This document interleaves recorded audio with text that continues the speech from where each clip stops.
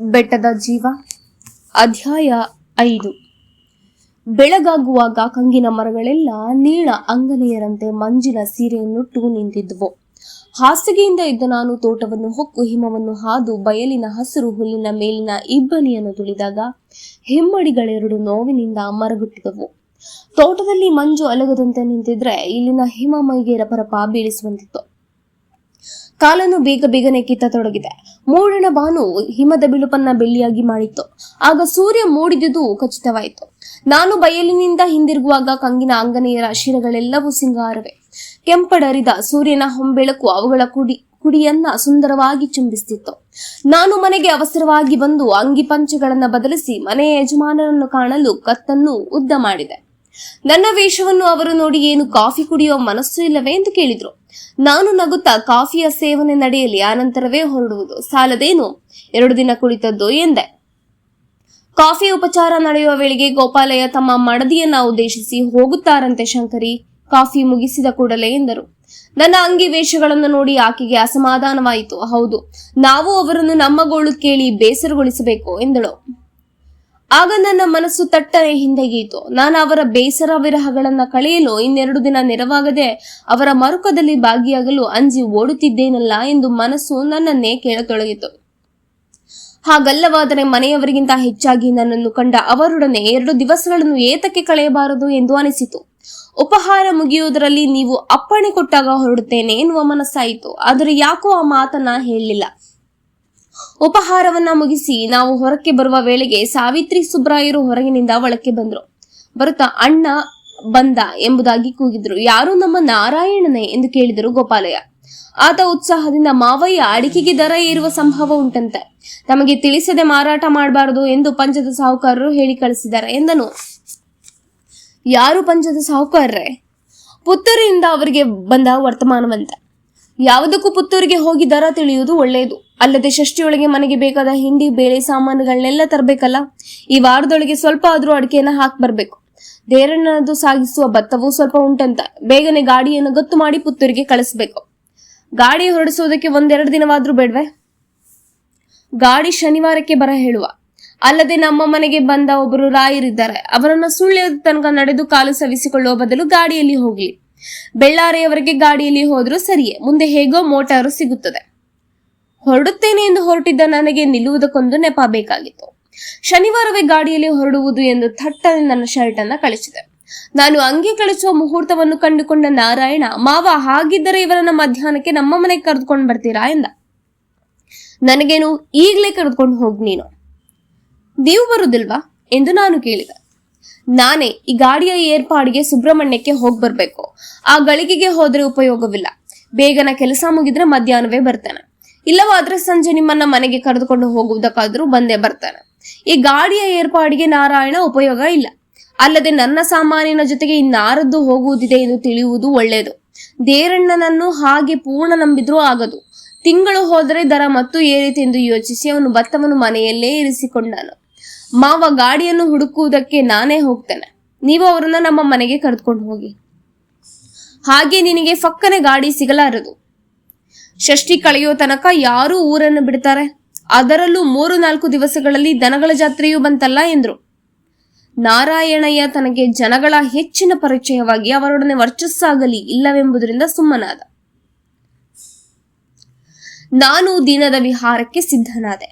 ಆದರೆ ಮಿಂದು ಹೊರಡಲೇ ಇಲ್ಲವೇ ಮೀಯದೆ ಹೊರಡಲೆ ಎಂದು ಅನುಮಾನಿಸುತ್ತಿರುವ ವೇಳೆಗೆ ಗೋಪಾಲಯ್ಯ ನನ್ನ ಸಂದೇಹವನ್ನ ತಿಳಿದವರಂತೆ, ಸ್ನಾನದ ರಗಳೆ ಮುಗಿಸಿಕೊಂಡೇ ಹೋಗಿಬಿಡಿ ಎಂದರು. ಯಾಕೆ, ಬಿಸಿ ನೀರು ಮನೆಯಲ್ಲಿಲ್ಲವೇ ಎಂದನು ನಾರಾಯಣ.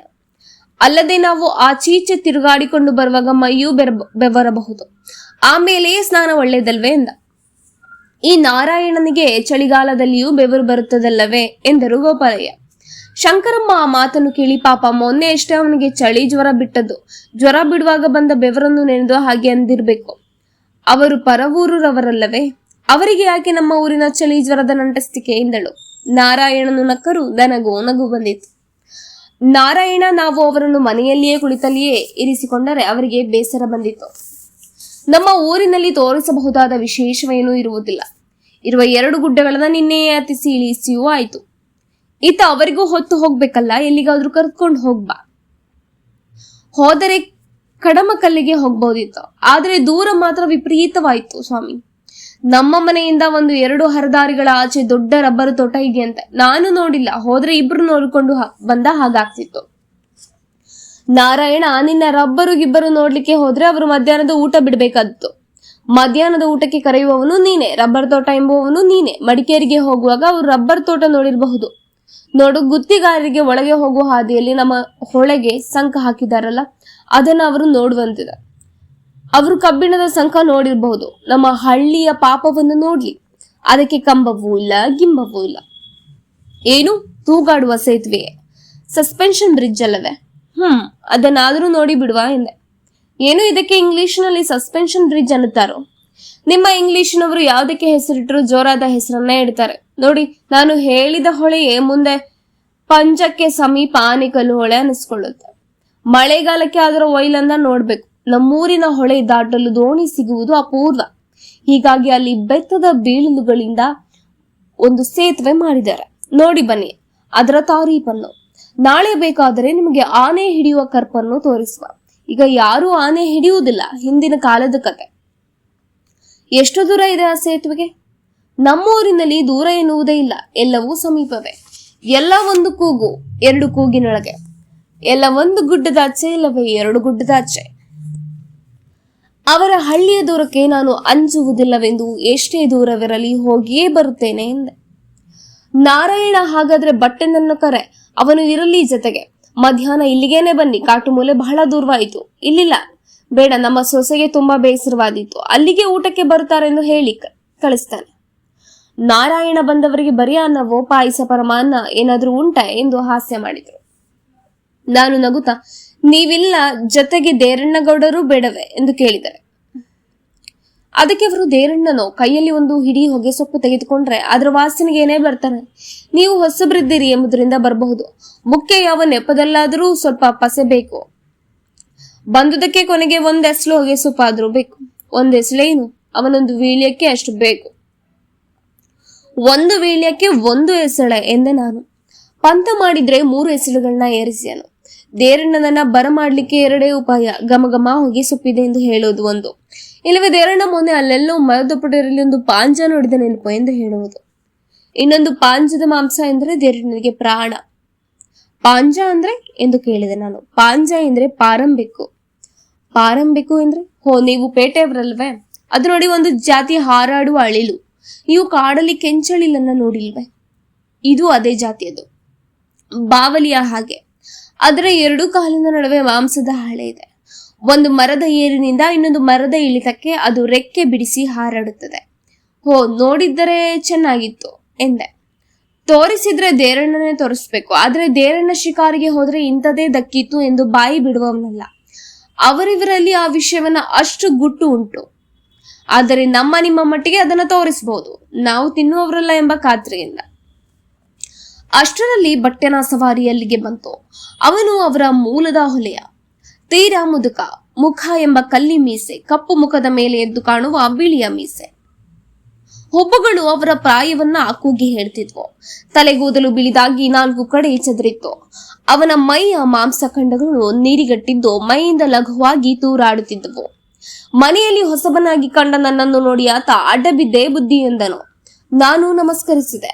ಅದರಿಂದ ಯಾಕೋ ಅವನಿಗೆ ವಿಸ್ಮಯವಾದಂತೆಯೂ ಕಂಡಿತು. ಆ ವಿಸ್ಮಯದ ಕಾರಣ ತಿಳಿಯಿತು.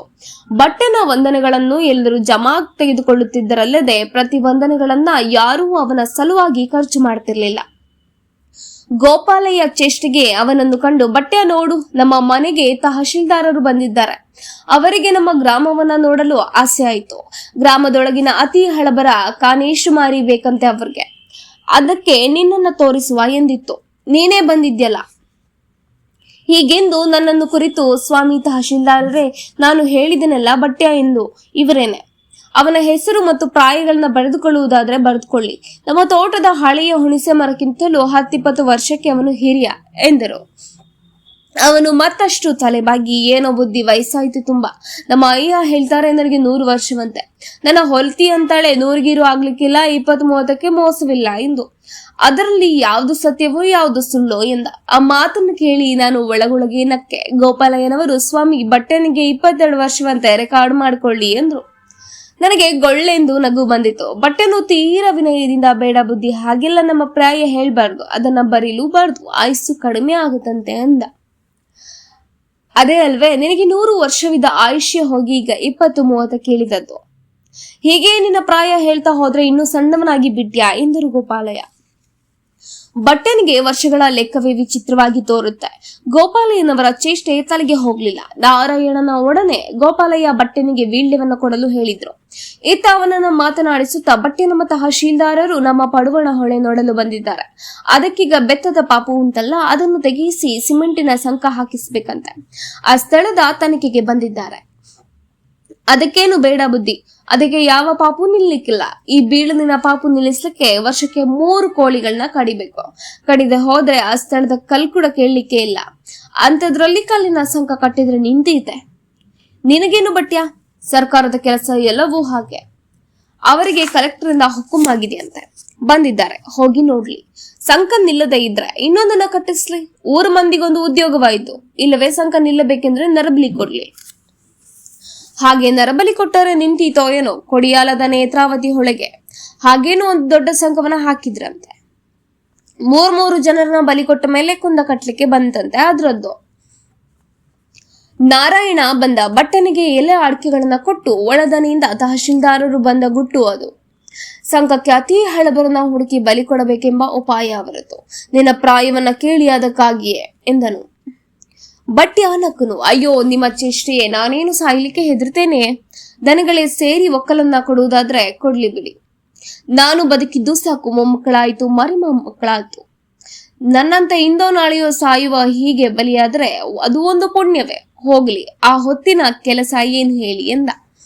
ಆ ಕೊನೆಯದೊಂದು ಮಾತು ಹಿಂದಿನದೆಲ್ಲವನ್ನ ಆಳಿಸಿ ಬಿಟ್ಟಿತು. ನರಬಲಿ ಇಲ್ಲದೆ ಸಂಕ ನಿಲ್ಲಬಾರದು ಎಂದು ಅವರು ನಂಬುತ್ತಿದ್ದರು. ಅಯ್ಯ ಈ ತನಕ ಮಾತನಾಡಿದ್ದು ಪರಿಹಾಸ್ಯ ಎಂಬುದು ಅವನಿಗೆ ತಿಳಿಯಿತು. ಗೋಪಾಲಯ್ಯ, ಬಟ್ಟ್ಯ ಹೋಗಿ 4 ಸಿಯಾಳನ್ನ ತೆಗೆದುಕೊಂಡು ಬಾ.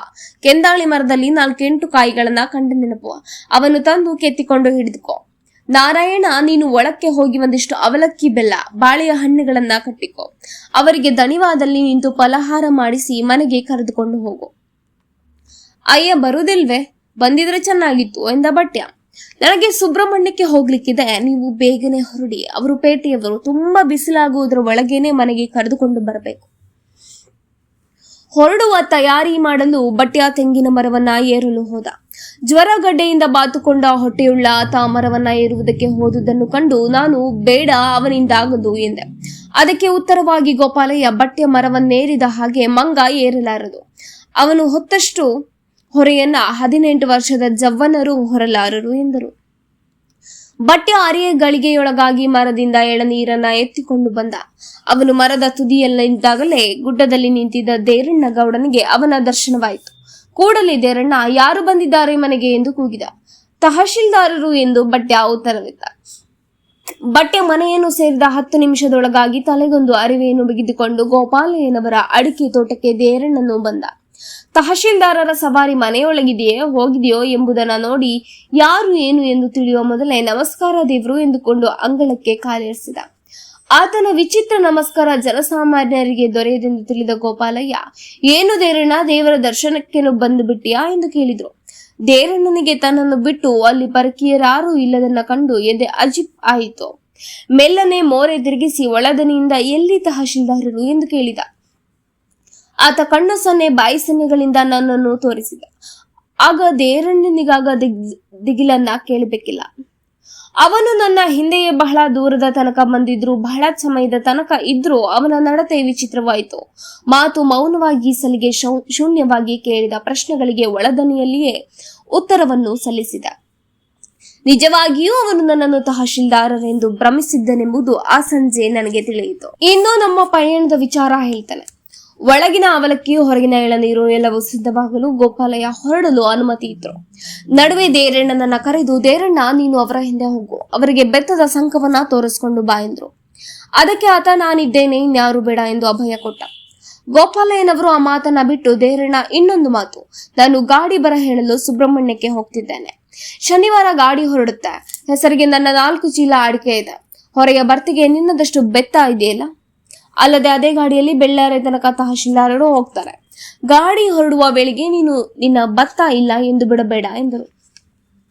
ನಾನೆಲ್ಲಿ ಮಾತಿಗೆ ತಪ್ಪಿದ್ದೇನೆ ಎಂದ ದೇರಣ್ಣ. ನಾವು ಹೊರಟೆವು. ನಾನು ಎಂದರೆ ಬಟ್ಟ್ಯ ನಾರಾಯಣಯ್ಯ ಮತ್ತು ನಾನು. ದೇರಣ್ಣಗೌಡ ಹೇಗೂ ಇದ್ದಾನಲ್ಲ. ದೇರಣ್ಣನಿಗೆ ಒಟ್ಟಾರೆ ಗಡಿಬಿಡಿ, ಒಟ್ಟಾರೆ ಅನುಮಾನ. ತಹಶೀಲ್ದಾರರು ಎಂಬುದು ಹಿಂದಣ 2 ದಿವಸ ತಿಳಿಯದೆ ಹೋಯಿತಲ್ಲ. ಅವರು ತಿಳಿಸದೆ ಇದ್ದ ಕಾರಣವೇನು? ಏನಾದರೂ ಒಳತನಿಕೆ ನಡೆಸಲು ಬಂದಿರಬಹುದೇ ಎಂಬ ಅನುಮಾನಕ್ಕೆ ಅವನು ಸಿಲುಕಿದ್ದ. ಹೊರಡುವ ಮೊದಲು ತಾನೇ ದಾರಿ ತೋರಿಸುತ್ತೇನೆಂದ ಆತ ಒಪ್ಪಿಕೊಂಡಿದ್ದರು. ದೇರಣ್ಣ ಉಳಿದದ್ದು ನಮ್ಮ ಪಂಗಡದ ಬಾಲವಾಗಿ. ದಾರಿ ತೋರಿಸಲು ಮುಂದಾದವನು ಬಟ್ಯ. ಅವನ ಹಿಂದೆಯೇ ನಾನಿದ್ದೆ. ನನ್ನ ಹಿಂದೆ ತಗ್ಗಿದ ದನಿಯಲ್ಲಿ ಮಾತನಾಡುತ್ತಾ ಬರುತ್ತಿದ್ದ ನಾರಾಯಣಯ್ಯ, ಅವನ ಹಿಂದೆ ಸ್ವರ ತಗ್ಗಿಸಿಕೊಂಡು ದೇರಣ್ಣ. ಪ್ರಾಯಶಃ ಮಾವನ ಮಾತಿನಿಂದ ನಾನು ತಹಶೀಲ್ದಾರರೇ ಎಂಬ ಅನುಮಾನ ನಾರಾಯಣನ ತಲೆಯೊಳಗೂ ಹೋಗಿರಬೇಕು. ನಾವು ಬರೀ 2 ಮೈಲು ದೂರ ಕಾಡನ್ನ ತುಳಿದಿರಬಹುದು.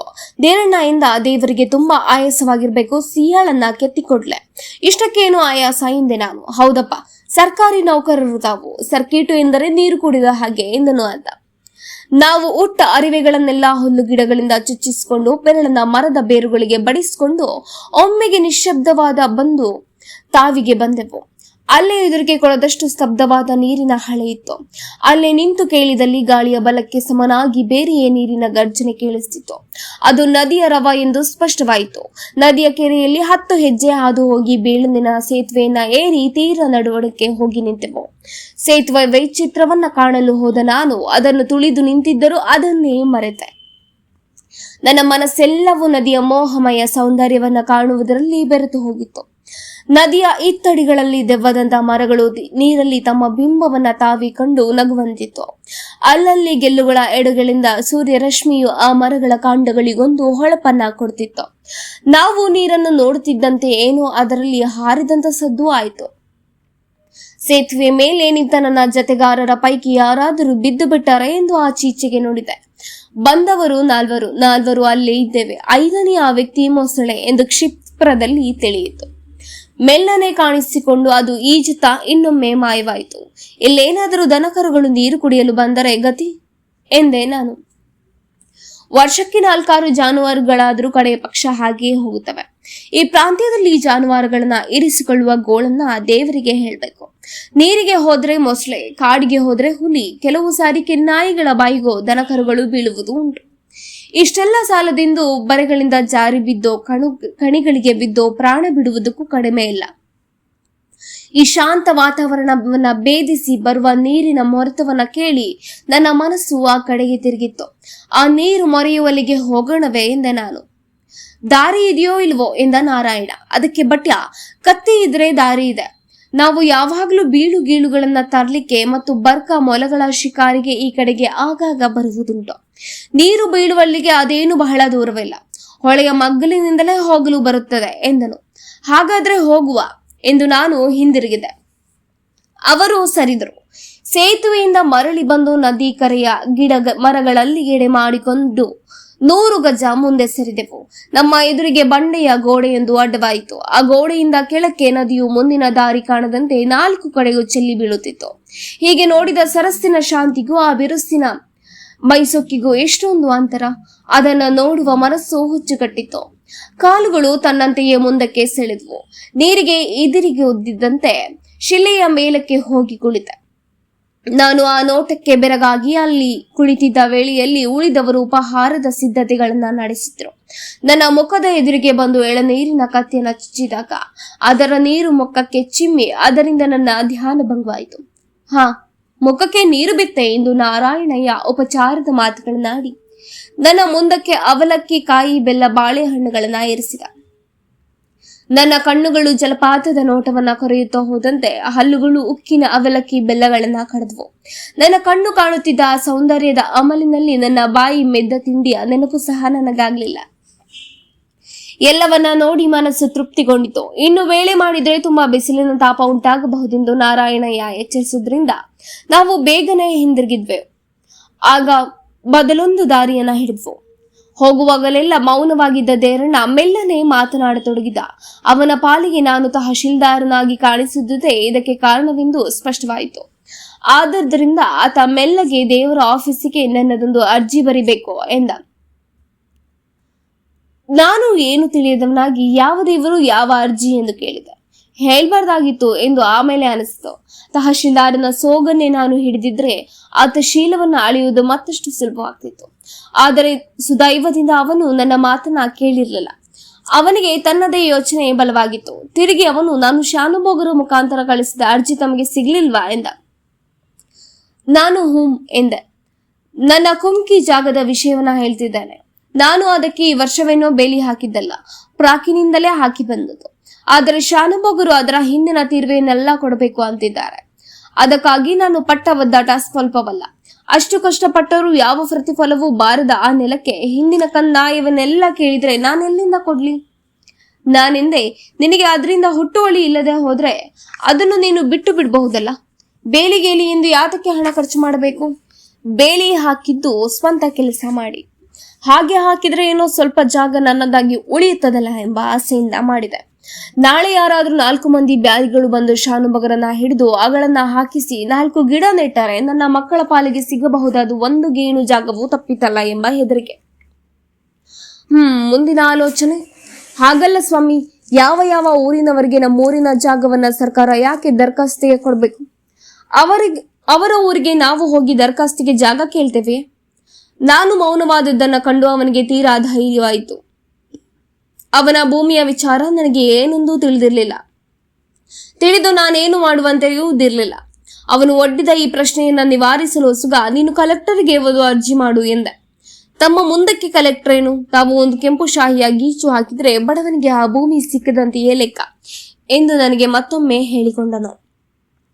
ಹಾಗೆ ಹಾದಿಯನ್ನು ಸಾಗುವಾಗ ಗೋಪಾಲಯ್ಯನವರ ಕಾಟು ಮೂಲಿಯ ಆಸ್ತಿಯನ್ನ ಕುರಿತು ಹೇಳಿದ್ನು. ಆಗಿನ ಕಾಲವಾದ್ರಿಂದ ಆಗಿ ಹೋಯ್ತು. ಈಗಿನ ದಿವಸವಾಗಿದ್ರೆ ಅದು ಗೋಪಾಲಯ್ಯನವರ ಕೈಗೆ ಸಿಗ್ಲಿಕ್ಕಿತ್ತೆ. ಅಂದು ಕೋಚ್ಮೇನ್ ದೊರೆಗಳ ದರ್ಬಾರು, ರಾಮರಾಜ್ಯ ಆಗಿ ಹೋಯಿತು. ಇವರೇನೋ ತಮ್ಮ ಹೊಲೆ ಮನೆಗಳಿಗೆ ಸಮೀಪವಾಗಿರುವ ಜಾಗ ತಮ್ಮ ಕುಮ್ಮಿ ಹಕ್ಕು ಸ್ಥಾಪಿಸಬಹುದು ಎಂದು ತಿಳಿದು ಕೆಲಸಕ್ಕೆ ತೊಡಗಿದ್ರು. ಹಣವನ್ನ ನೀರಿನ ಹಾಗೆ ಸುರಿದ್ರು. ಕೆಲಸವೂ ನಡೆಯಿತು. ಶಾನುಭೋಗರು ಮಾತಾಡ್ಲಿಲ್ಲ. ಅಂದ್ರೆ ಶಾನುಭೋಗರು ಗ್ರಾಮದಲ್ಲಿ ಇರುವುದೇ ಕಡಿಮೆ. ಅವರ ಮನೆ ಇರುವುದು ಪುತ್ತೂರಿನಲ್ಲಿ. ಮೊಕ್ಕಾಮು ಅಲ್ಲಿಯೇ. ಸರ್ಕಾರದ ಹಣ ವಸೂಲಿಗೆ ಬಂದ್ರು. ಇನ್ನು ನಿಮ್ಮಂತವರು ಯಾರಾದ್ರೂ ಇಲ್ಲಿಗೆ ಬಂದಾರು. ಬಂದಾಗ ಇರುವುದು ಗೋಪಾಲಯ್ಯನವರ ಮನೆಯಲ್ಲಿಯೇ. ಹಾಗಾಗಿ ಯಾರ ಆಸ್ತಿಯೂ ಇದಕ್ಕೆ ಸಮೀಪವಿಲ್ಲ. ನಿಮ್ಮ ಕೆಲಸ ನೀವು ಮಾಡಿಸಿ, ಅರ್ಜಿ ಗಿರ್ಜಿ ಈಗೇನು ಬೇಡ, ಎಲ್ಲವನ್ನ ಪುರ್ಸೋತ್ನಲ್ಲಿ ಮಾಡುವ ಎಂದರು. ಆದರೆ ಗ್ರಹಚಾರಕ್ಕೆ ಒಂದು ದಿವಸ ಹೊಸದಾಗಿ ಬಂದ ಮಳೆಗಾರರೊಬ್ಬರ ಕಣ್ಣಿಗೆ ಆ ತೋಟ ಬಿದ್ದು ಅಲ್ಲಿ ಬಾಂದು ಕಲ್ಲನ್ನ ಕಾಣದೆಯೇ ಈ ಆಗಮಿಯನ್ನು ಯಾರು ರೆಕಾರ್ಡು ಮಾಡಲಿಲ್ಲ ಎಂದು ಶಾನುಭೋಗನನ್ನ ದಬಾಯಿಸಿದ್ರು. ರೆವಿನ್ಯೂ ಇಲಾಖೆಯವರು ಇವರನ್ನ ಹಾಗೆ ಹರಿದು ಬಿಟ್ಟರೆ ಆ ಇಡೀ ತೋಟವೇ ಸರ್ಕಾರಿ ಜಂಗ್ಲಿಗೆ ಕುಮ್ಕಿಯಾಗುತ್ತದೆ. ಅದನ್ನ ಬಿಟ್ಟು ಕೊಡಬೇಕೆಂದು ಜಂಗ್ಲಿ ಖಾತೆಯವರು ಕೇಳಲಿಕ್ಕೆ ಶುರು ಮಾಡಿದ್ರು. ಅದೇ ವರ್ಷವೇ ನಮ್ಮ ಗೋಪಾಲಯ್ಯನವರಿಗೆ ಗಂಡು ಮಗು ಹುಟ್ಟಿದ್ದು. ಮಗು ಹುಟ್ಟಿದ ಸಂತೋಷವನ್ನ ನುಂಗುವಷ್ಟು ದುಃಖ ಇದರಿಂದ ಉಂಟಾಯಿತು. ಶಾನುಭೋಗರು ಮೊದಲಿಗೆ ನನ್ನಿಂದ ದರ್ಖಾಸ್ತು ಅರ್ಜಿ ತಕೊಂಡಿದ್ರೆ ಈ ಕಷ್ಟ ನಷ್ಟ ತಪ್ಪುತ್ತಿತ್ತಲ್ಲ ಎಂದು ಅವರಿಗೂ ಶಾಪವಿಟ್ರು. ಆದರೆ ಒಂದು ಸಂಗತಿ, ಆಗಿನ ಶಾನುಭೋಗರು ಡೋಂಗಿಯಲ್ಲಿ ಕದೀಮರಾದರೂ ಉಂಡ ಮನೆಗಳ ಗಳವನ್ನು ಮಾತ್ರ ಎಣಿಸಲಿಲ್ಲ. ಅವರು ಭಟ್ಟರಿಗೆ ಅಂದರು, ನಿಮ್ಮಿಂದಾಗಿ ನಾನು ರಜೆಯಲ್ಲಿರಬೇಕಾಗಿ ಬಂದಿದ್ದೆ. ಈ ಮನೆಗಾರರಿಗೆ ವರ್ಗವಾಗುವ ತನಕ ನಾನು ಕೆಲಸಕ್ಕೆ ಹಾಜರು ಆಗುವಾಗಿಲ್ಲ. ನಿಮ್ಮ ಬಚಾವಿಗೆ ಒಂದೇ ಒಂದು ದಾರಿ ಇದೆ. ಕೋಚ್ಮೇನ್ ದೊರೆಗಳು ಈ ವರ್ಷ ಜಾನುವಾರು ಜಾತ್ರೆಗೆ ಕುಳ್ಕುಂದಕ್ಕೆ ಬರ್ತಾರೆ. ಸೀದಾ ಹೋಗಿ ಅವರ ಮುಂದೆ ಹಲಾಹವಾಲೆ ಹೇಳಿಕೊಳ್ಳಿ ಎಂದರು. ಭಟ್ಟರಿಗೆ ಬೇರೆ ಹಾದಿಯೇ ಕಾಣಿಸ್ಲಿಲ್ಲ. ಅವರು ಆದದ್ದಾಗಲಿ ಎಂದು ಜಾತ್ರೆಗೆ ಸರ್ಕಿಟ್ಟು ಬಂದ ದೊರೆಗಳನ್ನ ನೋಡ್ಲಿಕ್ಕೆ ಹೋದ್ರು. ನೆಟ್ಟಗೆ ಅವರ ಕೈಯಲ್ಲೇ ಒಂದು ಅರ್ಜಿಯನ್ನ ಕೊಟ್ರು. ದೊರೆಗಳ ಹಿಂದೆಯೇ ಮಣೆಗಾರರು, ಪಟೇಲರು, ತಹಶೀಲ್ದಾರರು ಎಲ್ಲರೂ ಬಂದಿದ್ರು. ಭಟ್ಟರ ಧೈರ್ಯವನ್ನ ನೋಡಿ ದೊರೆಗಳಿಗೆ ಖುಷಿಯಾಗಿ ಯಾರಿದು ಏನು ಕತೆ ಎಂಬುದನ್ನ ವಿಚಾರ ಕೇಳಿಕೊಂಡ್ರು. ಆ ಮಧ್ಯಾಹ್ನವೇ ಅವರು ಇಡೀ ಪಟಾಲಮು ಭಟ್ಟರ ಮನೆಗೆ ಬಂದಿತು. ಭಟ್ಟರು ಎಳನೀರು ತರಿಸಿಕೊಟ್ರೆ ನೋ ಎಂದರು. ಕಾಟು ಮೂಲೆಯ ಜಾಗ ತೋರಿಸುವುದಕ್ಕೆ ಹೇಳಿದ್ರು. ನಾನು ಇದ್ದೆ. ಅವರ ಗುಂಪಿನ ಹಿಂದೆ ಸಿಯಾಳ ಹೊತ್ತುಕೊಂಡು ಗೋಪಾಲಯ್ಯ ಎಷ್ಟು ಗುಡ್ಡಗಳನ್ನ ಹತ್ತಿ ಇಳಿಯಬಹುದು ಅಷ್ಟನ್ನು ಹತ್ತಿ ಇಳಿಸಿ ಅವರನ್ನ ಕರೆದುಕೊಂಡು ಹೋದ್ರು. ದೊರೆಗಳಿಗೆ ಆ ಸ್ಥಳ ಮತ್ತು ಕೆಲಸಗಳನ್ನ ನೋಡಿ ಬಹಳ ಖುಷಿ ಆಯಿತು. ಅವರ ತೋಟ ನೋಡಿ ಬಂದವರೇ ಮಳೆಗಾರರಿಗೆ ಹುಕುಂ ಮಾಡಿದ್ರು. ಆ ಜಾಗವನ್ನ ಅಳಿಸಿ 10 ವರ್ಷಗಳ ತನಕ ತೀರುವೆ ಮಾಫಿಯಿಂದ ಅವರಿಗೆ ಕೊಡಿಸಬೇಕು ಎಂದು ಕೋಚ್ಮೈನ್ ದೊರೆಗಳವರ ಹುಕುಮಿನಿಂದ ಮುಂದೆ ಫಾರೆಸ್ಟ್ ಅವರು ಸುಮ್ಮನಾಗ್ಬಿಟ್ರು. ದೇರಣ್ಣ ಇಷ್ಟೆಲ್ಲವನ್ನ ಯಾಕೆ ಬಣ್ಣಿಸಿದ ಎಂಬುದು ಈಗ ನನಗೆ ಸ್ಪಷ್ಟವಾಯಿತು. 10 ವರ್ಷಗಳ ತೀರ್ವೆ ಮಾಫಿ ಮಾಡಿದಂತ ಕಥೆಯನ್ನ ಹೇಳಿ ತನ್ನಿಂದ ಹಳೆಯ ತೀರ್ವೆ ಕೇಳಬಾರದು ಎಂಬುದು ಅವನ ಉದ್ದೇಶ. ನನಗೆ ಉಭಯ ಸಂಕಟ, ನಗುಗಳು ಏಕಕಾಲಕ್ಕೆ. ಗೋಪಾಲಯ್ಯನನ್ನ ಈ ಬಿನಾಮಿ ತಹಶೀಲ್ದಾರ್ಗೆ ಯಾಕೆ ತೊಡಗಿಸಿದ್ದರಪ್ಪ ಎಂದೆನಿಸಿತು. ನಾವು ಕಾಟುಮೂಲೆಯನ್ನ ಸೇರುವಾಗ ಹೊತ್ತು ನೆತ್ತಿಗೇರಿತು. ದೇರಣ್ಣನ ಪುರಾಣವನ್ನ ಕೇಳಿ ನಾರಾಯಣಯ್ಯ ನಗುತ್ತಿದ್ದ. ಬೇರೆ ದಿನವಾಗಿದ್ರೆ ಊಟಕ್ಕೆ ಅಲ್ಲೇ ಉಳಿಬಹುದಾದ ದೇರಣ್ಣ ಅಪ್ಪಣೆ ಆಗಲಿ ಎಂದು ಹೇಳಿ ನಮ್ಮನ್ನ ಬೀಳ್ಕೊಟ್ಟ. ಬಟ್ಯ ಈ ತನಕ ಮೌನವಾಗಿದ್ದವನು ನಾವು ಅಂಗಳಕ್ಕೆ ಬಂದ ಮೇಲೆ ಅಯ್ಯ ನಿಮಗೆ ನಾನು ಬೇಕಾದ ಕರೆಯಿರಿ ಎಂದು ಹೇಳಿ ಹೊರಟೋದ. ಇತರ ಅವಸರವಾಗಿ ನನ್ನ ಸ್ನಾನದ ಏರ್ಪಾಟಾಯಿತು. ಸ್ನಾನ ಮುಗಿಸಿ ನಾನು ಊಟದ ಮನೆಗೆ ಬಂದೆ. ಆ ದಿನ ಸಾವಿತ್ರಿ ಸುಬ್ರಾಯರ ಸವಾರಿ ಅಜ್ಜಿ ಮನೆಯಲ್ಲೇ ಉಳಿದುಕೊಂಡರಿಂದ ಮೊದಲ ಪಂಕ್ತಿಗೆ ನಾನು ನಾರಾಯಣಯ್ಯ ಮಾತ್ರ ಇದ್ದೆವು. ತುತ್ತಿಗೂ ಮಾತಿನ ಉಪಚಾರವಾಯಿತು. ಊಟ ಉಪಚಾರವೂ ಕಡಿಮೆಯಾಗಿರ್ಲಿಲ್ಲ. ಏನೆಲ್ಲ ಸಂಭ್ರಮ. ಅವರ ಯೋಗ್ಯತೆಯಲ್ಲಿ ಮಾಡುವುದಕ್ಕೆ ಸಾಧ್ಯವಿತ್ತು ಅಷ್ಟೆಲ್ಲವನ್ನೂ ಮಾಡಿದ್ರು. ನನಗಂತೂ ಊಟ ಉಸಿರು ಹೊರಡದಷ್ಟು ಉಬ್ಬಲವಾಗಿ ಬಿಟ್ಟಿತು. ನನ್ನ ಊಟಕ್ಕಾಗಿ ಅಮ್ಮನಿ ಆಕೆ ಎಷ್ಟು ಶ್ರಮಿಸಿದ್ದಳೋ ನನಗೆ ತಿಳಿಯದು. ಆಕೆಗೆ ಏನಾದ್ರೂ ಅಂದಾಜು 30 ವಯಸ್ಸು ಪ್ರಾಯ. ತುಸು ಕಾಯಿಲೆಯ ಪ್ರಕೃತಿ. ಇಂಥ ಬಡಕಲು ಜೀವ ಮನೆಯ ನಿತ್ಯ ಕೆಲಸಗಳನ್ನ ಪೂರೈಸಿ ಮೇಲೆ ಈ ಅತಿಥಿಯ ಸತ್ಕಾರದ ಸಲುವಾಗಿ ಇಷ್ಟೆಲ್ಲ ಕಷ್ಟಪಟ್ಟಳಲ್ಲ ಎಂದು ನನಗೆ ಕನಿಕರವಾಯಿತು. ನನ್ನ ಊಹೆಗೆ ಪ್ರತಿಯಾಗಿ ಎಂಬಂತೆ ಅವಳ ಮುಖ ಸದಾ ಉತ್ಸಾಹದಿಂದಲೇ ತುಂಬಿರ್ತಿತ್ತು. ಪಾಪ ಈ ಅರಣ್ಯದ ಮೂಲೆಯಲ್ಲಿ ಕಾದಾಡುತ್ತಿರುವ ಜನರಿಗೆ ಮನುಷ್ಯರ ಸಖ್ಯ ಆಗಮನಗಳು ಎಷ್ಟೊಂದು ಪ್ರಿಯವಾಗಿದ್ದಿರಬೇಡ. ಊಟ ಮುಗಿಯುತ್ತಲೇ ನಾರಾಯಣಯ್ಯ ನನಗಾಗಿ ಒಂದು ಚಾಪೆಯನ್ನು ಹಾಸಿದ. ಅದರ ಮೇಲೆ ಕಂಬಳಿ ಜಮಖಾನೆಗಳನ್ನ ಹರವಿದನು. ಒಂದು ದಿಂಬನ್ನೂ ತಂದಿರಿಸಿದ. ಸ್ವಲ್ಪ ನಡೆದಿದ್ದೀರಿ, ಸ್ವಲ್ಪ ಒರಗಿಕೊಳ್ಳಿ ಎಂದನು. ನನಗೂ ಅದೇನೇ ಬೇಕಾಗಿತ್ತು.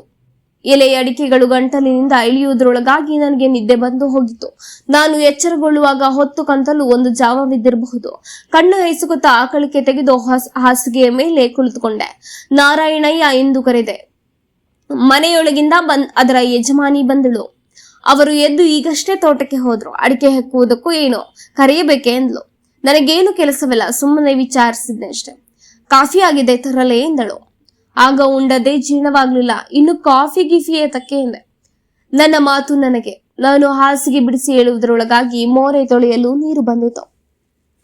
ಮೋರೆ ತೊಳೆಯುವುದರ ಒಳಗಾಗಿ ಹರಿವಾಣ ತುಂಬ ತಿಂಡಿ ಕಾಫಿಗಳು ಸಹ ಸಿದ್ಧವಾಗಿತ್ತು. ಈ ಉಪಚಾರವನ್ನ ಕಂಡು ಬೆರಗಾಗಿ ಇಷ್ಟೆಲ್ಲ ಏತಕ್ಕೆ, ಯಾರು ತಿನ್ನುವವರು ಎಂದು ಕೇಳಿದೆ. ಆಕೆ ನನ್ನೆದುರು ಒಂದು ಕಂಬಕ್ಕೆ ಹೊರಗೆ ನಿಂತಿದ್ಲು. ನೀವೇನು ನಿತ್ಯ ಮನೆಗೆ ಬರುವವರೇ? ಏನೋ ಪುಣ್ಯದಿಂದ ಮಾವನಲ್ಲಿಗೆ ಬಂದಿರಿ, ಅಲ್ಲಿಂದ ಇಲ್ಲಿಗೂ ಬಂದಿರಿ. ಇಲ್ಲವಾದರೆ ನಿಮ್ಮಂತವರನ್ನ ಉಪಚರಿಸುವ ಯೋಗ್ಯತೆ ನಮಗೆ ಎಲ್ಲಿಂದ ಬಂತು?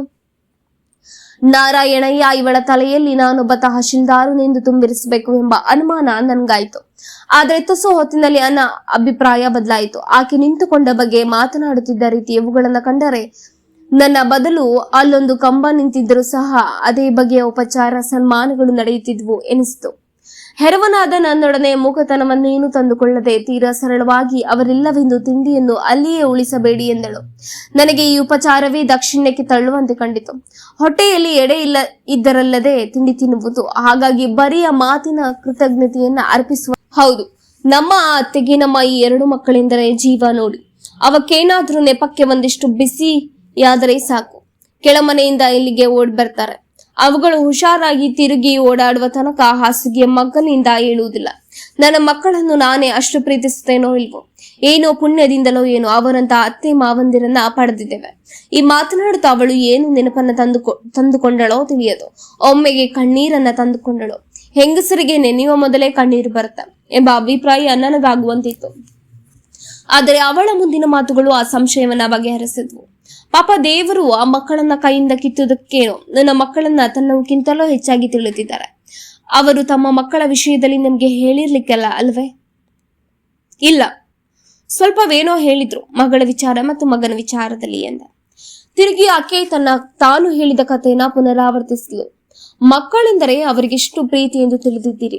ಅದರಲ್ಲೂ ಹೆಣ್ಣು ಹುಡುಗಿಯರ ಮೇಲೆ ಅವರ ಮಮತೆ ಸ್ವಲ್ಪವಲ್ಲ. ವಾಗ್ದೇವಿ ಎಂದು ಅವಳ ಹೆಸರು. ಪಾಪ ಅವಳು ಮನೆಗೆ ಮೊದಲನೇ ಬಾಣಂತಿತನಕ್ಕೆ ಬಂದವಳೆ ಹಡೆದು ತೀರಿಕೊಂಡ್ಲು. ನಾನಾಗ ಇವರನ್ನ ಮದುವೆಯಾಗಿ ಇಲ್ಲಿಗೆ ಬಂದಿದ್ದೇನಷ್ಟೆ. ಸಾವಿನ ಮನೆಗೆ ನಾನೂ ಹೋಗಿದ್ದೆ. ನನಗೂ ವಾಗ್ದೇವಿಗೂ ಅಲ್ಪ ಸ್ವಲ್ಪ ಪರಿಚಯವಾಗಿತ್ತಷ್ಟೆ. ಆ ದಿನ ಈ ಅತ್ತೆ ನನ್ನನ್ನು ತಬ್ಬಿಕೊಂಡು ಕರೆದ ಕಣ್ಣೀರು ಸ್ವಲ್ಪವೆನ್ನುತ್ತೀರಾ? ಅವರಾಗಲಿ ಮಾವಯ್ಯನವರಾಗಲಿ ಮನುಷ್ಯರಲ್ಲ, ದೇವರ ಅವತಾರ ಎಂದು ನನಗನ್ನಿಸುತ್ತೆ. ನಮ್ಮವರಿಗಾಗಿ ಹುಡುಗಿ ನೋಡಲು ಗೋಪಾಲಯ್ಯ ಮಾವ ಊರೂರು ಸುತ್ತಿ ನಮ್ಮ ಮನೆಗೂ ಬಂದಿದ್ರು. ಮನೆಯನ್ನ ಬಿಟ್ಟು ಹೊರಡುವಾಗ ಅವರ ಹತ್ತಿರ ಹೇಳಿದ್ರಂತೆ, ನಾರಾಯಣ ನನ್ನ ಮದ್ವೆಗೆ ನಾನೇ ಪ್ರಯತ್ನ ಪಟ್ಟಂತೆ, ನಿನ್ನದಕ್ಕೆ ನೀನು ತಿರುಗಾಡುವುದು ಬೇಡ. ನೀನು ಹಾಗೆ ಹೋದ್ರು ಯಾವುದು ಪಸಂದವಲ್ಲ ಎಂದು ತಿಳಿಯಲಾರೆ ಎಂದ್ರಂತೆ. ಸರಿಯೇ, ಅವರೇ ನಮ್ಮನೆಯ ತನಕವು ಬಂದಿದ್ರಲ್ಲದೆ ಬಂದು ನಮ್ಮಲ್ಲಿ ಉಳಿದು ಸಂಬಂಧ ನಿಶ್ಚಯ ಮಾಡಿ ಲಗ್ನ ಮಾಡಿಸಿ, ಲಗ್ನದ ಚಿನ್ನ, ಊಟ, ಅರಿವೆ ಪ್ರತಿಯೊಂದಕ್ಕೂ ತಮ್ಮ ಕೈಯಿಂದಲೇ ಕೊಟ್ಟು ಇಲ್ಲಿಗೆ ನನ್ನನ್ನು ಕರೆದು ತಂದು ಬಿಟ್ರು. ಅವರು ನನ್ನ ತಲೆಯ ಮೇಲೆ ಹೀಗೆ ಕೈಯನ್ನು ಎಳೆಯುತ್ತಿರುತ್ತಿದ್ರೆ ನಾನು ಈಗ ಎಲ್ಲಿರ್ತಿದ್ನೆಯೋ ಏನು ಕತೆ. ಅವರು ನಮ್ಮ ಮನೆಗೆ ಒಂದು ದೇವರಿದ್ದಂತೆ. ನಾವು ಬೇರೆ ದೇವರನ್ನ ಪೂಜೆ ಮಾಡದಿದ್ರೂ ತಪ್ಪಿಲ್ಲ. ಹಾಗೆಂದು ಅದೇ ಮಾವ ಅತ್ತೆಯವರು ನಮ್ಮ ಮಗನಿಗೆ ಬೇಡವಾದದನ್ನ ಕಂಡರೆ ನನಗೆ ಆಶ್ಚರ್ಯ. ಅವರಂತವರ ಹೊಟ್ಟೆಯಲ್ಲಿ ಆ ಮಗು ಹುಟ್ಟಿತೆಂಬುದು ಸಿಂಹನ ಹೊಟ್ಟೆಯಲ್ಲಿ ನರಿ ಹುಟ್ಟಿದ ಹಾಗೆ ಅನ್ನುತ್ತಾರಲ್ಲ, ಹಾಗಾಯಿತು. ಅವಳೇನೋ ಹೀಗೆ ಮಾವನ ಚಿಂತೆಯಲ್ಲಿ ತಲ್ಲೀನಳಾಗಿ ಮಾತನಾಡುತ್ತಿರುವಾಗ ಅವರ ಮಗನ ವಿಚಾರವಾಗಿ ಬಂದ ಮಾತುಗಳನ್ನ ಕೇಳಿ ನನಗೆ ವಿಸ್ಮಯವಾಯಿತು. ಗೋಪಾಲಯ್ಯನವರ ಮಾತಿನಲ್ಲಿ ಕಾಣದ ಯಾವುದೋ ಸಂಗತಿಯ ಸೆರಗು ಈಗ ಇಲ್ಲಿ ಕಾಣಿಸಿಕೊಳ್ಳುವಂತೆ ಕಾಣಿಸಿತು. ನಾನು ಅದರಿಂದಾಗಿ ಸುಮ್ಮನೆ ಕೇಳತೊಡಗಿದೆ. ತನ್ನಂತೆ ಬರಬಹುದಾದ ನುಡಿಗಳನ್ನ ನಾನು ಅನುಮಾನದಿಂದ ಕೆದಲಕ್ಕೂ ಸಹಾಯವಾಗಲಿಲ್ಲ. ಅವಳು ಮಾತುಗಳನ್ನ ಮುಂದುವರೆಸಿದ್ಲು. ಏನು ಅವನಿಗೆ ಓದು ಬರಹ ಅತಿಯಾಗಿ ಹೀಗೆಲ್ಲ ಆದನು, ಅಥವಾ ಸಹವಾಸ ದೋಷವೋ ಅಂತು. ಇವರು ಈ ಮೂಲೆಯಲ್ಲಿ ಮನುಷ್ಯರಿಲ್ಲದ ಸಂದಿನಲ್ಲಿದ್ದುಕೊಂಡು ಅವನದೇ ತಪಸ್ಸಿನಲ್ಲಿ ದಿನ ಬೆಳಗು ಮಾಡುತ್ತಿದ್ರೆ ಅವನಿಗೆ ಯಾಕೋ ಈ ಊರೇ ಹಿಡಿಸ್ಲಿಲ್ಲ. ಪೇಟೆ ರುಚಿ ಹಿಡಿದವರಿಗೆ ಹಾಗೆ ಎಂದು ನಮ್ಮವರು ಹೇಳ್ತಾರೆ. ನನಗೇನು ಹಾಗೆ ಕಾಣಿಸೋದಿಲ್ಲ. ಇಲ್ಲಿಗೆ ಬರುವ ತನಕ ನನಗಿದೆ ಇದೆಂಥ ರಾಜ್ಯವೋ ಎಂಬ ಹೆದರಿಕೆ ಇತ್ತು. ನಿಜ, ಈಗ ಬಂದು ಸುಖವಾಗಿ ಇಲ್ಲವೇ ನಾನು? ಹಾಗಿರುತ್ತಾ ಇಲ್ಲೇ ಹುಟ್ಟಿದವರಿಗೆ ಈ ಊರು ಬೇಡವಾಗುವುದು ಆಶ್ಚರ್ಯವಲ್ಲವೇ? ಅಲ್ಲದೆ ಅವರಂತ ತಂದೆ ತಾಯಿಗಳಿರುವಾಗ ನನ್ನ ಮೊದಲ ಬಾಣಂತಿತನಕ್ಕೆ ಇವರು ನನ್ನನ್ನು ತವರಿಗೆ ಕಳಿಸ್ತೇನೆಂದ್ರೆ ಮಾವನು ಅತ್ತೆಯು ಸೇರಿ ಇದೇ ತವರು ಮನೆ ಎಂದರು. ತಮ್ಮ ಮನೆಯಲ್ಲಿ ನನ್ನನ್ನು ಇರಿಸಿಕೊಂಡು ಅವನಿಗೆ ಅಂತಹ ತಂದೆ ತಾಯಿಗಳಿದ್ರು ವ್ಯರ್ಥವಾಯಿತು. ಇಲ್ಲ, ಅವನಿಗೆ ಇಲ್ಲಿ ಮನಸ್ಸಿಗೆ ಹಿಡಿಯುವ ಪದಾರ್ಥವೇ ಇಲ್ಲವೋ ಏನೋ. ಪೇಟೆ ಊರುಗಳಲ್ಲಿ ಎಂತೆಂಥ ಸ್ನೇಹಿತರು, ಏನು ಸಂದರ್ಭಗಳು. ಹಾಗಾಗಿ ಊರು ಮನೆ ತಂದೆ ತಾಯಿ ಯಾವುದು ಬೇಡವಾಗಿವೆ ಎಂದು ನಮ್ಮವರು ಅನ್ನುತ್ತಿದ್ದಾರೆ. ಅವನು ಯಾವ ತೆರನ ಹುಡುಗ? ಅವನನ್ನು ನೀವು ನೋಡಿ ಎಷ್ಟು ಕಾಲವಾಯಿತು? ಅವನು ಮಾವಯ್ಯನ ಹಾಗೆಯೇ ಸುಟಿ ಜೀವ, ತೆಳ್ಳಗೆ ಬೆಳ್ಳಗೆ, ಬಹಳ ಚುರುಕು. ನಾನು ನೋಡಿದ್ದೆ ಎಂದರೆ ಅವನು ಇಲ್ಲಿಯ ಕಡೆಗೆ ಸಾರಿ ಬಂದು 10-12 ವರ್ಷಗಳು ಆಯಿತು ಏನೋ. ಅವನ ಸ್ವಭಾವ ಎಂತದಿತ್ತು? ಮನೆಗೆ ಬಂದವನು ಇಲ್ಲಿಗೂ ಬರುತ್ತಿರಬಹುದು. ನಿಮ್ಮನ್ನು ನೋಡಿದ್ರೆ ಅವನಿಗೆ ಹೇಗೆ? ಎಲ್ಲಾದ್ರೂ ಮಾವ ನಿಮ್ಗೆ ತೋರಿಸಿದ ಉಪಚಾರಗಳನ್ನ ಕಂಡು ಬೇಸರ ಬಂದುಂಟೆ ಎಂಬುದಾಗಿ ನಾನು ಕೇಳಿದೆ. ಅವನೇ ಇಲ್ಲಿಗೆ ಯಾವಾಗ್ಲೂ ಬಂದು ಹೋಗ್ತಿದ್ದ. ನಮ್ಮ ವಿಷಯದಲ್ಲಿ ಮೊದಲಿಂದ ಅವನಿಗೆ ಪ್ರೀತಿ ಇತ್ತು. ನನ್ನೊಡನೆ ಅರ್ಧ ಗಂಟೆ ತನಕ ಒಂದೊಂದು ಸಾರಿ ಅವನು ಮಾತನಾಡ್ತಾ ಇರ್ತಿದ್ದ. ನನಗೆ ಅವನಿಂದ್ರೆ ಅಷ್ಟೇನೆ ಆದರ. ಆಮೇಲೆ ಕ್ರಮೇಣ ಅವನ ಸಲಿಗೆ ರೀತಿಯೇ ಬದಲಾಯಿತು. ನಾನು ಯಾಕೋ ಅದಕ್ಕೆ ಹೆದರ್ಕೊಂಡು ಮೊದಲಿನಷ್ಟು ಅವನೊಡನೆ ಮಾತನಾಡುವುದನ್ನ ಬಿಟ್ಟುಬಿಟ್ಟೆ. ಅವನು ನನ್ನೊಡನೆ ಮಾತು ಬಿಟ್ಟ. ಅದೇಕೆ ಹಾಗಾಯಿತು? ಆಕೆ ಈ ವಿಚಾರದಲ್ಲಿ ಮೌನ ತಾಳಿದ್ಲು. ನಾನು ಹೆರವರ ವಿಷಯ ತೀರಾ ಆಸಕ್ತನಾಗಿರುವುದಕ್ಕೂ ಇಷ್ಟಪಡಲಿಲ್ಲ. ಆದರೂ ಆ ವಿಷಯವಾದ ಮಾತನ್ನ ನಾನು ಬೇರೆಂದು ಹಾದಿನ ಹರಿಸಿದೆ. ಅಂತೂ ಅವನು ಊರಿಗೆ ಬಾರದೆ ಬಹಳ ವರ್ಷಗಳಾದವು ಅಲ್ವೇ? ಪಾಪ ಶಂಕರ ಮನೆಗೆ ತುಂಬಾ ವ್ಯಥೆ ಇರಬೇಕು. ನನ್ನನ್ನ ಕಂಡು ಮಗನೆಲ್ಲಾದ್ರೂ ಕಾಣಲು ಸಿಕ್ಕಿದ್ರೆ ನಿಮ್ಮ ಅಪ್ಪ ಬೇರು ಇಲ್ಲಿ ನರಳುತ್ತಾ ಇದ್ದಾರೆ ಎಂದು ಹೇಳಿ ಹೇಗಾದ್ರೂ ಮಾಡಿ ಅವನನ್ನ ಊರಿಗೆ ಕಳಿಸಲು ಎನ್ನುತ್ತಿದ್ರು. ಅವರಿಗೆ ಸಾಯುವ ಮೊದಲು ಮಗನನ್ನ ಒಮ್ಮೆಯಾದ್ರೂ ಕಂಡು ಸಾಯಬೇಕು ಎಂಬ ಆಸೆ ಇರುವಂತೆ ಕಾಣಿಸುತ್ತೆ. ಆದರೆ ನನಗೆ ಅವನು ಎಲ್ಲಿದ್ದಾನೆಂಬ ಸುಳಿವು ಸಿಗದೆ ತಿಳಿಯದೆ ಏನು ಮಾಡ್ಲಿ? ನಾನೇನು ಹತ್ತೂರು ತಿರುಗುವವನು. ಮಂಗಳೂರಿಗೆ ಆಗಾಗ ಹೋಗಿ ಬರ್ತೇನೆ. ಆದರೆ ಶಂಭಯ್ಯ ಎಂದಾಗಲಿ, ಶಂಭು ಭಟ್ಟನೆ ಎಂದಾಗಲಿ ಕೇಳಿದ ಯಾವ ಹೆಸರಿನ ನೆನಪು ಆಗಲಿಲ್ಲದು. ಆದರೆ ಆ ತಂದೆ ತಾಯಿಯರ ದುಃಖವನ್ನ ಕಂಡ್ರೆ ಏನಾದ್ರೂ ಪ್ರಯತ್ನ ಮಾಡಿ ಅವರ ಮಗನನ್ನ ಅವರಿಗೆ ತೋರಿಸಿಕೊಟ್ಟ ಭಾಗ್ಯ ನನಗೆ ಬಂದಿದ್ದರಾಗುತ್ತಿತ್ತು ಎನಿಸುತ್ತೆ. ಈ 2 ದಿನ ಬರಿದೆ ಹಾದಿ ತಪ್ಪಿ ಬಂದ ನನಗಾಗಿ ಅವರು ಮಾಡಿದ ಉಪಚಾರಗಳನ್ನೆಲ್ಲ ನೋಡಿಯೇ ಆಶ್ಚರ್ಯವಾಗುತ್ತೆ. ಅವರ ಈ ದುಃಖವನ್ನ ಕೇಳಿಯೇ ನನಗೆ ಕಣ್ಣೀರು ಬರುತ್ತೆ. ಕಣ್ಣೀರು ಯಾರಿಗೂ ಬಂದಿತ್ತು. ಆದರೆ ಅವನು ಮನೆಯನ್ನ ಬಿಟ್ಟು 10 ವರ್ಷಗಳಿಗಿಂತ ಮೇಲೆ ಆಯಿತು. ಅದರಲ್ಲೂ ಪ್ರಾಯಕ್ಕೆ ಬಂದಾಗಲೇ ಊರನ್ನು ಬಿಟ್ಟನು ಎಂದ ಮೇಲೆ ತಿರುಗಿ ಊರಿಗೆ ಬರುವವನಲ್ಲ ಎಂದು ನನಗೆ ಹೆದರಿಕೆ. ಯಾವುದೋ ಮೋಹಕ್ಕೆ ಗಂಟು ಬಿದ್ದು ಏನೋ ಸಂಸಾರಕ್ಕೆ ಕಟ್ಟಾಗಿ ಎಲ್ಲಿದ್ದಾನೆಯೋ ಇಲ್ಲಿಂದ ಹೊರಟಾಗ ಅಂಥದೇ ವಯಸ್ಸಿತು. ಆದ್ದರಿಂದಲೇ ಅದೇ ಹೆದರಿಕೆ ಬಹಳ. ಹಾಗೆಲ್ಲಾದ್ರೂ ಬೇರೆ ವ್ಯಾಮೋಹಕ್ಕೆ ಉಂಟಾಗದೆ ಹೋಗಿದ್ರೆ ಅವನು ಇಂಥ ಅಪ್ಪ ಅಬ್ಬೆಯರ ಮರೆಯುವುದು ಶಕ್ಯವೇ ಇಲ್ಲ. ನನ್ನ ಮನಸ್ಸು ಈ ನವೀನ ಅನುಮಾನವನ್ನ ಗಬಕ್ಕನೆ ಹಿಡಿದು ಅದರೊಡನೆ ಆಟವಾಡತೊಡಗಿತು. ಸಾಲುದಕ್ಕೆ ಹಿಂದಿನ ದಿನ ಗೋಪಾಲಯ್ಯ ಯಾವುದೋ ಹೆಣ್ಣು ಹುಲಿ ಅವನನ್ನ ಹಿಡಿದೀತು ಎಂಬ ಮಾತಿನ ನೆನವರಿಕೆಯೂ ಆಯಿತು. ಬಲ್ಲವರಾದ ಅವರ ಮನಸ್ಸಿನಲ್ಲೂ ಅಂತ ಅನುಮಾನವೇ ಇಲ್ಲವೇ ಖಚಿತವಾದ ಜ್ಞಾನವೋ ಉಂಟಾಗಿರಬಹುದೇ ಎಂದು ನನಗೆ ತೋರಿತು. ಗೋಪಾಲಯ್ಯನವರು ಮಾತನಾಡುತ್ತಾ ಅವನನ್ನ ಯಾವುದೋ ಹೆಣ್ಣು ಹುಲಿ ಹಿಡಿತು ಎಂದರು ಮಾತಿನಲ್ಲಿ. ನೀವು ಅಂಥದೇ ಊಹೆಯನ್ನ ಮಾಡುತ್ತಿರುವಂತೆ ಕಾಣಿಸುತ್ತೆ. ಹಾಗೆ ಇರಲೂಬಹುದು, ಆದರೆ ಇರಬೇಕು ಅಂತ ಏನೂ ಇಲ್ಲ. ನಾವು ಇಂಥ ವಿಷಯಗಳನ್ನ ಆಡುವ ಮೊದಲು ಸತ್ಯ ತಿಳಿದೇ ಹೇಳಬಾರದಲ್ಲ. ಅವನು ದೂರದಲ್ಲಿ ಇರುವವನು, ಎಲ್ಲಿದ್ದಾನೆಂಬುದು ಕೂಡ ನಮಗೆ ತಿಳಿಯದು. ಹಾಗಿರುವಾಗ ಅವನ ಮೇಲೆ ಇಂಥ ಅಪವಾದ ಹೊರಿಸುವುದು ಸಮನಲ್ಲ ಎಂದೆ ನಾನು. ಆಕೆ ಸ್ತಬ್ಧಳಾದಳು. ಅವಳ ಮುಖವು ಸಣ್ಣಗಾಯಿತು. ಮಿಥ್ಯಾರೋಪಕ್ಕೆ ನಾನವಳನ್ನ ಗುರಿಪಡಿಸಿದಂತೆ ತೋಚಿತೋ ಏನೋ ಸುಮ್ಮನಾದಳು. ಆದರೆ ಒಂದೆರಡು ಕ್ಷಣ ಕಾಲ ಮಾತನಾಡಲು ಅನುಮಾನಿಸಿ ಸುಮ್ಮನಿದ್ದು, ಹಾಗೆ ನಮ್ಮ ಜನರ ಮೇಲೆ ನಾನು ತಿಳಿಯದೆ ಅನ್ಯಾಯ ಹೊರಿಸುವವಳಲ್ಲ. ನೀವು ನನ್ನನ್ನು ಅನ್ಯಾಯಗಾರಳನ್ನಾಗಿ ತಿಳಿದ ಹಾಗಿದೆ. ನಾನು ಏನು ತಿಳಿಯದೆ ಅವನ ಮೇಲೆ ಹೇಳಿಯೇನೆ. ಮಾವನ ವ್ಯಥೆಯನ್ನು ಕಂಡ ನನ್ನ ಮನಸ್ಸು ನೊಂದು ಅವನ ಗುಣಕ್ಕಾಗಿ ಬೇಸರಪಟ್ಟು ಹೇಳಿದ ಮಾತದು, ಬರಿದೆ ಹೇಳಿದ್ದೂ ಅಲ್ಲ. ನನ್ನ ಮೇಲೆ ಅವನಿಗಿದ್ದ ಸಲಿಗೆ ಮುರಿಯಲು ಅವನು ಸಲ್ಲದ ನಡತೆಯೇ ಕಾರಣವಾಗಿತ್ತು. ನಾನು ವಂಚನೆ ಇಲ್ಲದೆ ಅಣ್ಣನೆಂದು ಅವನೊಡನೆ ಹರಡುತ್ತಿದ್ದರೆ ಅವನು ಒಂದು ದಿನ ಬೆನ್ನಿನ ಮೇಲೆ ಕೈ ಇರಿಸಿದ. ಯಾಕೆಂಬುದು ನನಗೆ ತಿಳಿಯಿತು. ನನಗೆ ಸಿಟ್ಟು ಬಂದು ಏನೇನೂ ಕೂಡದು. ನಾನು ಅವನ ಕೈಯನ್ನು ಕಿತ್ತಿಸಿದ. ಅಂದಿನಿಂದಲೂ ಅವನು ಬರುವುದು ಕಡಿಮೆ ಆಯಿತು. ನನ್ನೊಡನೆ ಅವನ ಮಾತುಕತೆಗಳೆಲ್ಲ ನಿಂತವು. ಆಮೇಲೆ ಅವನು ತಿರುಗಿಯೂ ಇಲ್ಲಿಗೆ ಬರಲೂ ಇಲ್ಲ. ಇಷ್ಟೆಲ್ಲ ಕಥೆಯು ಅವನು 16, 17 ಇರುವಾಗಲೇ ನಡೆದುದರಿಂದ ನಾನು ಹಾಗೆ ಊಹಿಸುವುದಕ್ಕೆ ಕಾರಣವಾಯಿತು. ನನ್ನದೇ ಸಮನೆಂದು ಹೇಳಲಾರೆ. ಯಾಕೋ ಮಾತಿಗೆ ಮಾತು ಬಂತು. ನಾನು ಇಷ್ಟೆಲ್ಲವನ್ನು ಹೇಳಿದೆ ಮಂಗಳ ಹಾಗೆ. ಅಂತೂ ಯಾರ ಮುಂದೆಯೂ ಈ ಸಂಗತಿ ಬೇಡ ಎಂದಳು. ಅವಳ ಚರ್ಯೆಯಿಂದ ಆಡಿದ ಬಳಿಕ ತಪ್ಪಾಯಿತು ಎಂದು ಎಣಿಸುವವರ ಹಾಗೆ ಕಂಡಿತು. ಅದು ಕಾರಣವಿಲ್ಲದೆಯೂ ಅಲ್ಲ. ನಾನು ಎಷ್ಟೆಂದರೂ ಆ ಎಲ್ಲರ ಪಾಲಿಗೂ ಹೆರವನು. ಒಮ್ಮೆ ಉದ್ವೇಗದಿಂದ ಆಡಿದ ಮಾತುಗಳನ್ನ ಸಾವಧಾನವಾಗಿ ಯೋಚಿಸಲು ತಪ್ಪೆಂದು ತಿಳಿಯುವುದು ತೀರಾ ಸಹಜ ಅಲ್ವೇ? ಆದರೂ ನನ್ನ ಮನಸ್ಸು ಆ ಬಾಲಕನ ವಿಚಾರವನ್ನೇ ಯೋಚಿಸ್ತಾ ಇದ್ದರಿಂದ ಕುತೂಹಲವನ್ನು ತಾಳಲಾರದೆ ಈ ಕತೆ ನಡೆದ ಎಷ್ಟು ವರ್ಷಗಳ ಆನಂತರ ಅವನು ಮನೆಗೆ ಬರುವುದನ್ನು ಬಿಟ್ಟದ್ದು ಎಂದು ಕೇಳಿದೆ. ನನ್ನ ಬಾಣಂತಿತನ ಅವರ ಮನೆಯಲ್ಲಿದ್ದಾಗ ಒಮ್ಮೆ ಬಂದಿದ್ದ. ಆ ಮೇಲಿಂದ ಅವನು ನಮ್ಮಲ್ಲಿಗೆ ಬರಲಿಲ್ಲವಷ್ಟೇ ಹೊರತು ಅಲ್ಲಿಗೆ ಅಪೂರ್ವಕ್ಕೊಮ್ಮೆ ಬರುತ್ತಿದ್ದ. ಆದರೆ ಬರೆಯ ಒಂದು ದಿನ ಇಲ್ಲವೇ 2 ದಿವಸ ಮಾತ್ರ ಇರ್ತಿದ್ದ. ಅವನಿಗೆ ನಮ್ಮ ಮೇಲೆ ಅನುಮಾನವಾಯಿತು. ನಾವು ಮಾವನ ಹತ್ತಿರ ದೂರು ಕೊಟ್ಟೆನೆಂಬ ಭೀತಿ ಆಯಿತು. ಅಂತೂ ಆ ನಂತರ ನಮ್ಮಿಬ್ಬರನ್ನು ಕಂಡರೂ ಅವನಿಗೆ ಸಹಿಸ್ತಿರ್ಲಿಲ್ಲ. ಯಾಕೆ ನನ್ನನ್ನ ಬಾಣಂತಿತನಕ್ಕೆ ಮನೆಗೆ ಕರೆಸಿದುಕೊಂಡಕ್ಕೆ ಅವನ ತಾಯಿಯ ಮೇಲೆ ರೇಗಿದ್ದು ಉಂಟು. ಆದರೆ ನಿಮ್ಮ ಅತ್ತೆಗೆ ಮಗನ ಮೇಲೆ ತುಂಬಾ ಅಭಿಮಾನ ಅಲ್ವೇ?